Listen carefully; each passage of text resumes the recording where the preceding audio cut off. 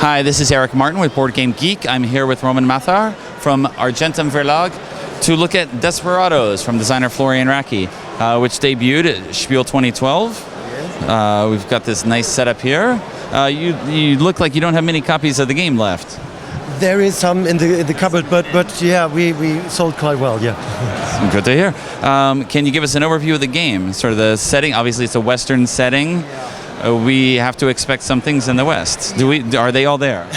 Yeah, we had a look on the board. Is something like 1855 in the frontier area, and yeah, we have 3 to 6 players. If we play with 6, there is 5 Desperados that try to make money with well, business like card shopping or robbing stagecoaches. We should have stagecoaches, right? Okay. And robbing banks. Okay. And we have one marshal who plays against all the other players. So this is kind of our first cooperative game. All the Desperados play together, and the marshal has a bunch of sheriffs in order to help him. What the sheriffs basically do is they can protect, for example, stagecoaches and banks from being robbed. Right. They keep the peace. No one's going to mess with them when they're there. So if I have, say, 2 sheriffs with a stagecoach, I will need 3 Desperados already in order to rob it. So that basically means as soon as I have more Desperados available than sheriffs, then you can do something. That basically means you have to coordinate somehow. That means, well, they have to be at the same point at the same time. And the special thing about this game is that you don't move open, you don't move with the pawns, you move with cards, secretly hidden.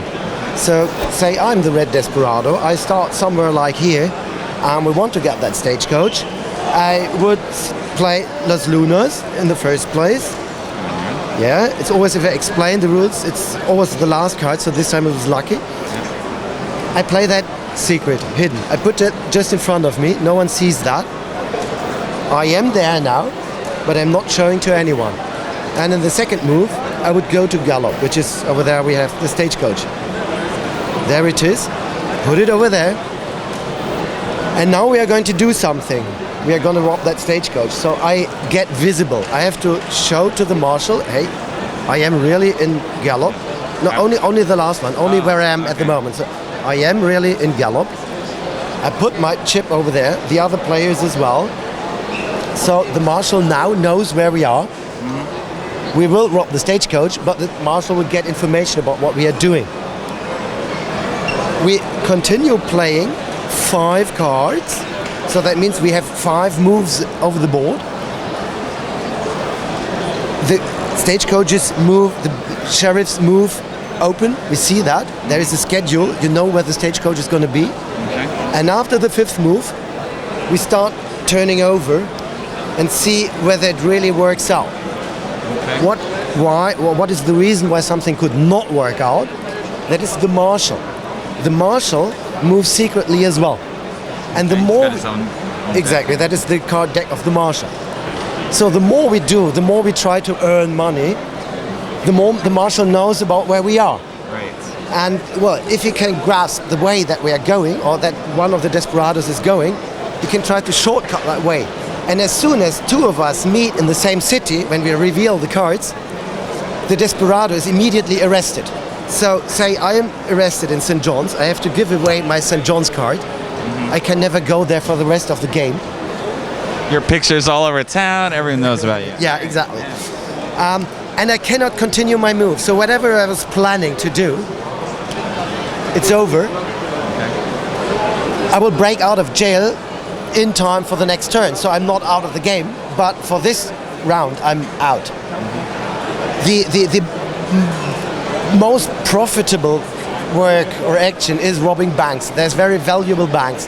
So for example, if the Desperados would have planned to go to Tucson at the very end of the round, in the 5th move, and say these 2 arrived, but I have been arrested on the way. I will not arrive, and that bank robbery will not take place.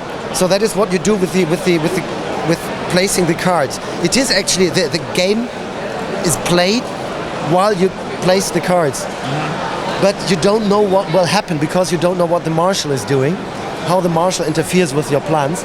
And when you open up the cards, it may turn out that the marshal, well, stops you or prevents you from making decent money because you have shown too much of your planning already. Right. And it is kind of a laugh if you have to plan something with a marshal sitting next to you. So if you say, okay, let's all go to Silver City, that's probably, the marshal will be thankful. He will wait there and arrest all of you. Right. And if you get rid of your Silver City bank card, you'll never be able to rob that bank again. All right. The banks have. It's up to 3,200. It's from 500 to 3,000. Playing poker brings not very much money. Robbing stagecoaches. But it's easier, I'm sure. As you do that at the very end, this is the most complicated thing to get your plans continue until that point. Game lasts for 5 rounds. Which are the 5 stagecoach rides. So you turn that over if the stagecoach is gone, and if you flip over the last card, the game is over. And now, how do we determine who wins? How does the sheriff win versus the Desperados? The Desperados win if they gain more than $4,000 per Desperado. So that was quite a lot of work to get that working with 3 players as well as with 6 players. So the marshal gets more sheriffs, and the winning situation is $4,000 per Desperado. And then how about so the sheriff wins if they don't, and otherwise they all win collectively if they do. There's no single winner among them. They don't have bragging rights. We were planning that with kind of an extension. We're having a 7th player, but we haven't put that in the box. That is still in evaluation. It has to work properly, otherwise you can't make it. Yes, of course. Thanks very much for the overview, Roman.